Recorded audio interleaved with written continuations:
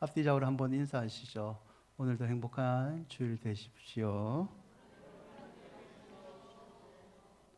여러분, 파랑새라는 동화극이 있습니다. 가난한 나무꾼의 두 남매인 치르치르와 미치르가 크리스마스 전날 꿈꾼 내용을 다룬 이야기예요. 꿈속에 요술쟁이 할머니가 나타나서 초록 모자를 아이들에게 씌워주며 파랑새를 구해와라 라고 얘기를 합니다. 이 두 남매가요, 전 세계를 다니며 파랑새를 찾으려고 합니다. 하지만 파랑새를 찾지 못해요. 실패를 했죠. 집에 돌아왔는데 마치 자기가 집에서 기르던 그 새가 파랑새였다는 것을 깨닫고 이제 동화는 끝나는 겁니다. 이 동화는요, 행복은 멀리 있는 것이 아니라 가까운 데 있다라는 교훈을 주는 동화이죠. 여러분, 파랑새라는 이 동화에서요, 한 유래한 증후군이 하나 있는데 그게 파랑새 증후군이라는 게 있습니다.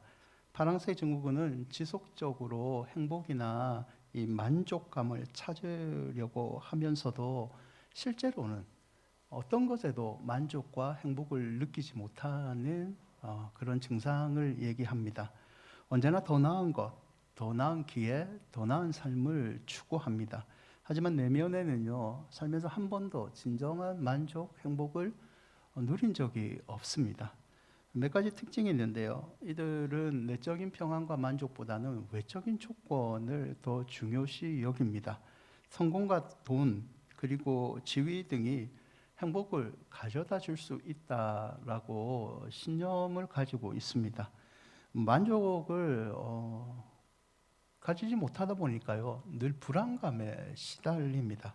파랑새 증후군에 쌓여 있는 사람들이 자주 쓰는 말이 있는데요, 이게 끝이 아니다. 언젠가는 진정한 행복을 찾을 거다. 그래도 뭔가 부족하다. 이런 말을 자주 한대요. 여러분, 따지고 보면 이 사람들이 불행해지는 이유는요, 무엇이 없어서가 아니라 사실은 자기들이 가지고 있는 것에 가치를 몰라서입니다. 이 구원이라는 것도 비슷한 요소를 가지고 있는데요, 우리는 예수 그리스도의 보혈로 말미암아 구원의 은혜를 누리고 있는 사람입니다. 하지만 구원받은 그리스도인으로서 현재 우리는 구원의 참된 가치를 잘 알고 구원받은 자로서 행복하게 살아가고 있습니까? 우리 앞뒤 잡으러 한번 얼굴을 보시면서 한번 물어보시죠. 행복하세요? 물어보면 어떻게 해요? 행복하다고 해야지. 여러분, 구원받은 사람은 하나님의 자녀라고 얘기하고 어떤 고난도 예수님의 이름으로 기도하면 누구든지 다 이길 수 있다고 성경은 약속하는데, 왜 하나님의 자녀인데도 불구하고 인생에서 불행한 일을 만날 때 우리는 그 불행을 이기지 못하고 그 불행의 늪에 빠지게 되는 걸까요? 무엇을 가지지 못해서 그런 이유가 생겼을까요? 아닙니다. 구원의 가치, 이 구원의 가치를 아직까지 저를 비롯하여 우리가 연약해서 깨닫지 못하고 있기 때문이죠. 만일 예수 그리스도를 믿고 구원받아 분명한 하나님의 자녀라는 것을 확신하고 있는데 때때로 불행이 느껴진다면요, 그건 무엇이 부족해서가 아니라 구원의 가치를 인식하지 못하고 있다는 거죠. 에베소서는 사도 바울이 에베소 교회에 보낸 편지입니다. 이 에베소서를 보면요, 사도 바울은 구원의 가치를 누구보다도 잘 알고 있는 사람입니다. 하지만 여러분, 성경의 사도 바울의 일생을 한번 살펴보면요, 사람들이 부러워할 만한 행복의 조건을 썩 가지고 있지는 않습니다. 예수 믿고 난 이후에, 예수 믿기 전에는요, 그는 파랑새 증후군 사람들이 원하는 행복의 조건을 충분히 가지고 있는 사람이었습니다. 탁월한 학문, 돈과 영향력 있는 집안에서 태어난 젊은 차세대 지도자였죠. 예수 믿고 난 이후에 바울의 삶은요, 따지고 보면 사람들이 행복하다, 부러워하다 말한 조건은 없습니다. 성경을 조금 살펴보면요, 고린도후서 6장 4절과 5절을 보면요, 바울은 이 궁핍과 고난과 매반연과 갇힘과 난동 등을 당했다고 합니다. 그리고 끝에는요, 원초적인 서러움인데요, 먹지 못함 가운데라는 표현이 있습니다. 가진 것이 없어서 많이 굶었다는 말입니다. 이게 행복한가요? 고린도후서 12장 7절과 8절에 보면요, 그에게는 알 수 없는 육체의 가시라고 불리는 병이 있었는데요, 이 병이 너무 힘들었으면 하나님께 고쳐달라고 3번 기도합니다. 하나님 다 거절합니다. 그래서 평생 남들의, 다른 사람들의 병은 고쳐주지만 자신의 육체의 병은 고치지 못한 채 평생 병과 함께 살아갑니다. 어디 그뿐입니까? 고린도서 11장 24절과 27절을 보면요, 그는 유대인에게 40에 하나 감한 매, 39번 맞는 매인데요, 유대인들은 40번 태장을 때리면 사람이 죽는다고 생각합니다. 그래서 한 대 뺀 39대를 때리는데 이걸 5번 맞습니다. 돌에 맞기도 하고요, 태장을 맞고 강도의 위험, 동족의 위험과 형제들의 위험을 당합니다. 그리고 자기가 양육했던 그 사람들에게 배신, 뒤통수를 맞기도 합니다. 여러분, 이를 잠깐 살펴본 바울의 예수 믿은 이후의 생애에서요, 어디 우리가 풀어할 만한 행복의 조건이 어디 있습니까? 하지만 바울은요, 이런 외적인 어려움에도 불구하고 자신은 하나님 앞에 행복하다고 얘기를 합니다. 에베소서 1장 3절인데요, 함께 읽어볼까요? 찬송하리로다 하나님 곧 우리 주 예수 그리스도의 아버지께서 그리스도 안에서 하늘에 속한 모든 신령한 복을 우리에게. 외적으로는 어떻게 보면 불행하다라는 말을 들을 수 있는 조건이지만 나는 아니다, 나는 행복하다, 나는 하늘 아버지께서 주신 신령한 모든 복을 깨닫고 가지고 있는 사람이어서 하나님께 슬프고 원망의 노래를 부르는 것이 아니라 진정 감사의 찬송을 부르고 있다라고 표현을 하죠. 사랑하는 여러분, 하나님께서 여러분에게 구원을 선물로 주셨습니다. 아멘. 그 선물인 구원의 가치를 요즘도 깊게 체험하고 계십니까? 하나님께로 받은 구원 얼마나 귀한지 알지 못해 혹여나 우리 안에 진심으로 터져 나오는 찬송을 잃어버리고 살고 있지는 않습니까? 오늘 말씀을 통하여 다시 한번 여러분이 하나님 자녀답게 진심으로 우러나는 찬송을 회복하시기를 주의 이름으로 축원드립니다. 찬송이 우리에게 회복돼야 될 이유 첫 번째는요, 이 기업, 우리는 하나님의 기업이기 때문입니다. 1장 3절에 바울은 자기가 찬송하는 이유가 하늘에 속한 모든 신령한 복을 하나님이 자녀인 우리에게 주었기 때문이다 라고 얘기를 합니다.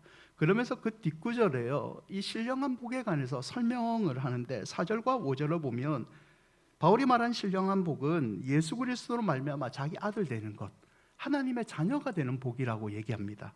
7절에서는요, 그의 피 예수님의 보혈로 말미암아 속량 제사함을 받았다, 죄사함의 복이라고 얘기를 하고요, 11절에는요 그 안에서 기업이 되니 성령의 하나님의 도움으로 하나님의 기업이 됐다, 이 3가지 신령한 복을 나는 소유하고 있어서 하나님을 찬송한다 라고 표현하고 있죠.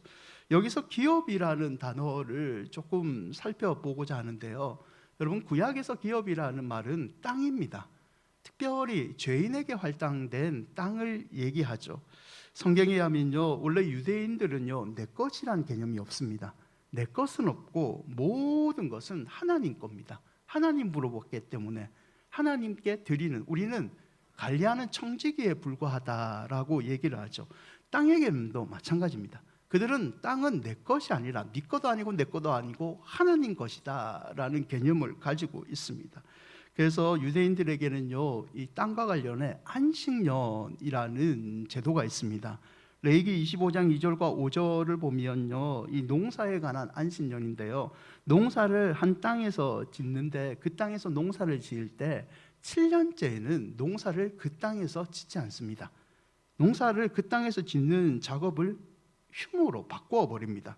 그리고 이 안식년이 7번이 되면 50년이 되면 희년이라는 제도가 있습니다. 레위기 25장 8절과 13절인데요, 이 희년이 되면요 모든 사람에게 땅을 돌려주는 제도가 있습니다. 희년은 노예도 해방시키는 자유의 개념이 들어가 있는 제도인데요, 만약에 어떤 사람이 형편이 어려워서 자기가 살면서 자기 소유하는 땅을 팔았습니다. 그런데 얼마 지나서 나서 내가 재력이 조금 회복돼서 판 땅을 살려고 합니다. 근데 이 땅을 살 수가 없어요. 왜냐하면 50년이 되기 전에는 살 수 없는데 50년이 되면, 희년이 되면 그 땅을 되돌려받기 때문이죠. 농사를 짓고 살다가 다음 50년이 되면 이 땅은요, 내가 계속 소유하지도 못합니다. 다른 사람에게 넘어갑니다. 뭘 말하고 싶으냐? 이 신년과 안신년의 제도의 핵심은 내 땅은 없다는 겁니다. 이유가 땅은 하나님께서 내게 관리하라고 할당해 주신 기업이기 때문이죠. 여러분, 기업이란 단어의 문자적인 뜻에 제비 뽑다라는 의미도 있습니다. 유대인들은요, 땅을 나눌 때 항상 제비를 뽑습니다. 그래서 우리가 잘 아는 가나안 땅에 들어가서 각 지파별로 제비 뽑아서 유다는 이 땅, 므낫세는 이 땅, 이렇게 나누어 가지죠. 땅을 얻는다는 것은 우리의 힘과 뜻이 아니라 하나님의 계획과 하나님의 섭리로 이루어진다는 것을 이 제비 뽑는다에서 알 수 있는 거죠. 여러분, 구원받고 하나님께 자녀가 되고 기업이 된 우리가 구원받는 순간부터 축복이 펑펑 쏟아지면 얼마나 좋겠습니까? 하지만 이 땅을 살면서요, 여러 가지 것들이 축복이 아니라 우리에게 원망거리로 많이 다가옵니다. 여러 가지 것이 우리를 괴롭히죠. 사고가 괴롭히고요, 관계에 어려움이 있고 질병 때문에 우리는 괴로워합니다. 때로는 내가 어떻게 할 수 없는 천재지변이 모든 것을 다 빼앗겨 갑니다. 모든 사고와 불행을 예수 믿는다고 해서 우리가 제외되는 것은 아닙니다. 동일하게 우리도 불행을 겪게 되죠. 하지만 같은 불행을 겪어도 우리가 궁극적으로는 불행하지 않고 그 불행을 이길 수 있는 이유가 이 기업이라는 개념에 있습니다. 사도 바울이 에베소서 1장 12절에서 내가 전부터 바르던 그의 영광에 찬송이 되게 하렵니다. 불행한 것 같지만 이 불행도 하나님이 나는 하나님의 기업으로 삼았기 때문에 언젠가는 이기게 하고 슬픔의 노래가 아니라 기쁨의 찬송으로 부르게 해 주는 것을 나는 믿기 때문에 내가 배고파도 내가 사람들한테 맞아도 이 모든 어려움을 이기고 나는 찬송을 날마다 부를 수 있다라고 얘기하는 거죠. 여러분, 마태복음 5장 5절에 이런 말씀이 있는데요, 한번 함께 읽어볼까요? 온유한 자는 복이 있나니 그들이 땅을 땅에 관한 기업에 관해서 조금 더 살펴보면요, 마태복음 5장 5절에 땅을 소유하는 기업으로 선물 받는 사람들의 조건에 온유라는 조건이 있습니다. 온유라는 것은 잘 다스리는 인격을 얘기하죠. 칼빈이요, 이 온유를 해석할 때 부드러운 마음으로 살며 노하기를 더디하며 절제할 수 있는 성품이라고 얘기를 합니다. 여러분, 성경에서 이 온유한 사람은 지칭받는 한 사람이 나오는데요, 그 사람이 민수기 12장 3절을 보면 모세입니다. 모세를 하나님 온유한 자라는 표현을 씁니다. 모세의 인격이 자신을 비방하는 소리에 직접 대항하지도 않고 감정을 절제하고 자기의 모든 것을 돌아보고 참는 자라는 얘기이죠. 하지만 모세가요, 이 인격을 자기 스스로 만들어냈을까요? 아닙니다. 모세는요, 혈기 가득한 사람이고 사람을 죽이기까지 했고 무서워서 광야로 도망쳤던 사람이죠. 그 광야의 미디안 광야 40년 동안 모세의 그 성품을 하나님께서 이제 다듬어 주십니다. 그리고 다듬은 다음에 80세에 호렙산에서 만난 다음 모세는요, 하나님만 바라보고 하나님의 계획에 섭리에 순종하는 모습을 가졌기 때문에 온유한 자가 되고 하나님의 소망을 가지는 기업이 되었던 거죠. 시편 37편 12절에 보면 이런 하나님만 바라보는 온유한 자가 땅을 차지한다 라고 얘기를 하죠. 9절에 보면요, 이 땅을 차지하는 사람을 다른 조건으로 언급하는데 9절에 이런 말씀도 있어요. 진실로 악을 행하는 자들은 끊어질 것이나, 그 다음은 함께 읽어볼까요? 여호와를 소망하는 자들은 땅을 차지하라. 여호와를 소망한다, 이 말과 온유한 자가 같은 개념으로 쓰이고 있습니다. 즉 온유한 자라는 것은 여호와만 소망하는 자, 여호와를 기대하고 여호와의 뜻을 기다리는 자, 그런 사람들을 하나님께서 기업으로 삼아 주신다는 말씀이죠. 사랑하는 여러분, 결국 하나님의 기업이 되기 위해서는요, 온유한 자가 되어야 되는데, 온유한 자는 내가 나를 통제하는 것이 아니라 하나님의 신뢰를 기다리며 하나님의 뜻에 내 모든 것을 맡기는 자입니다. 사랑하는 여러분, 여러분들이 온유한 자가 되시기를 축원드립니다. 내가 내 성품 봤을 때, 내 상황을 봤을 때 온유한 자가 될 수 없다고 너무 실망하지 마십시오. 하나님이 반드시 여러분을 온유한 자로 만들어 주실 겁니다. 시편 37편 5절과 6절인데요. 함께 고백해 볼까요? 내 길을 여호와께 맡기라.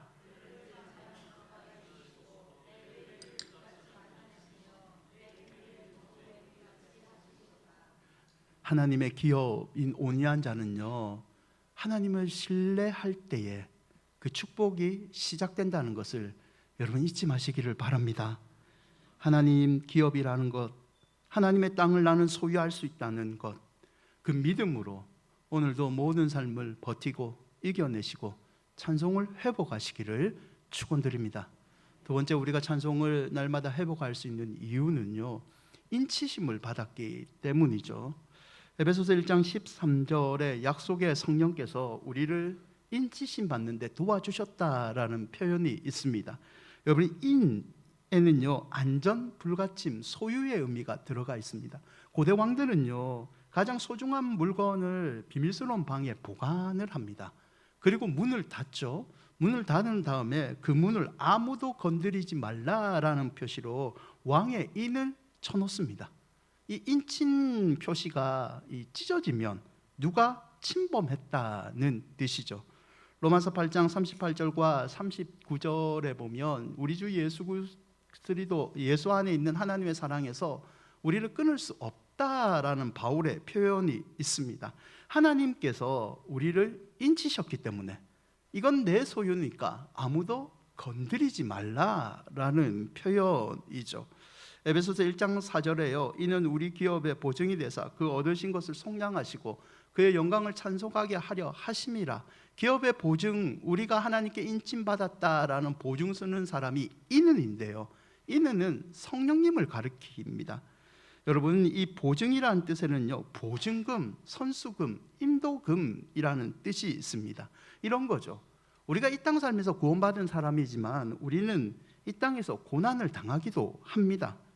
하지만 고난을 당해 어려움이 있을 때 우리의 마음이 무너질까 봐 하나님이 보증인, 보증금을 걸어 놓으셨는데 그게 누구냐면 성령님이라는 겁니다.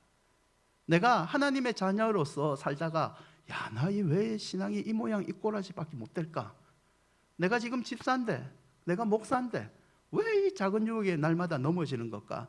나는 자격이 없어. 실망할 때마다 보증자 대신 성령께서 옆에서 아니다, 너 지금은 이렇지만 계속 기도하면 너 그런 실험들 다 이길 수 있고 천국에서 하나님과 웃으면서 예배드릴 수 있는, 너는 하나님의 자녀다.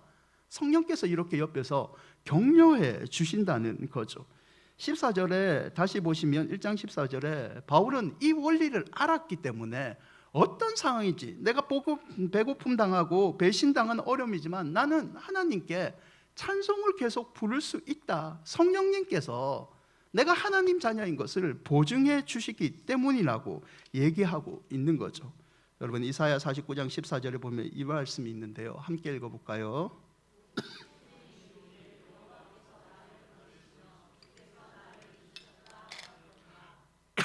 이스라엘이요 나라가 망합니다. 포로가 되죠. 그들은 하나님께 말하기를요, 하나님 우리를 버렸다라고 얘기합니다. 하나님 나 잊으셨죠? 라고 얘기합니다.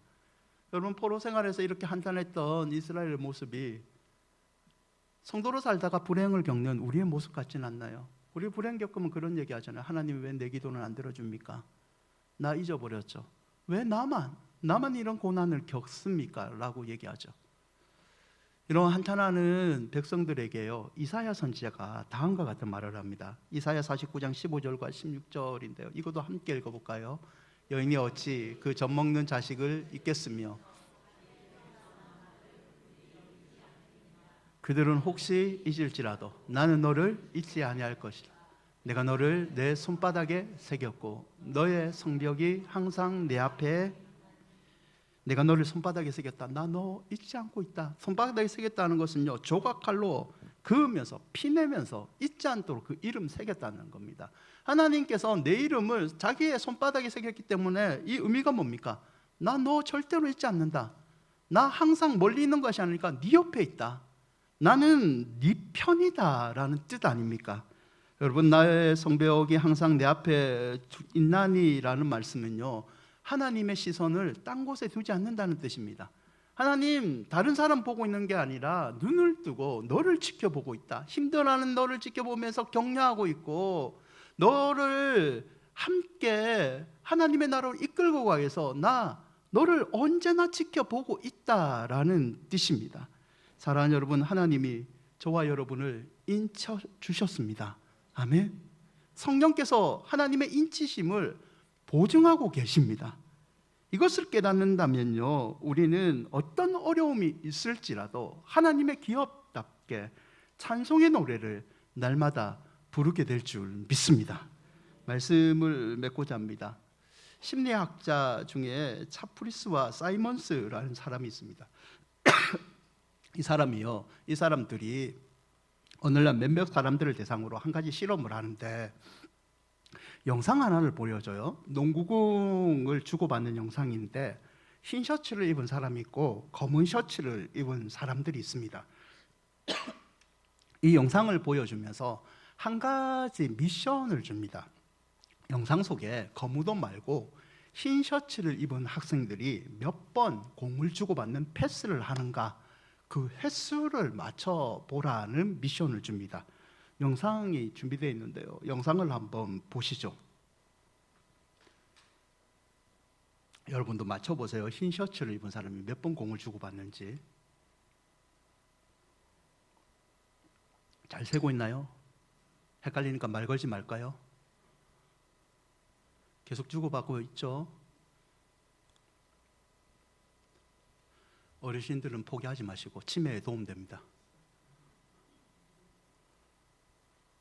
어때요? 몇 번 주고받는 것 같아요?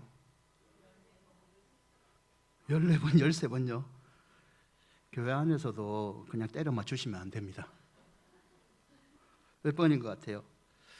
여러분, 혹시 이 영상 속에 뭔가 지나가는 걸 나는 본 적이 있다.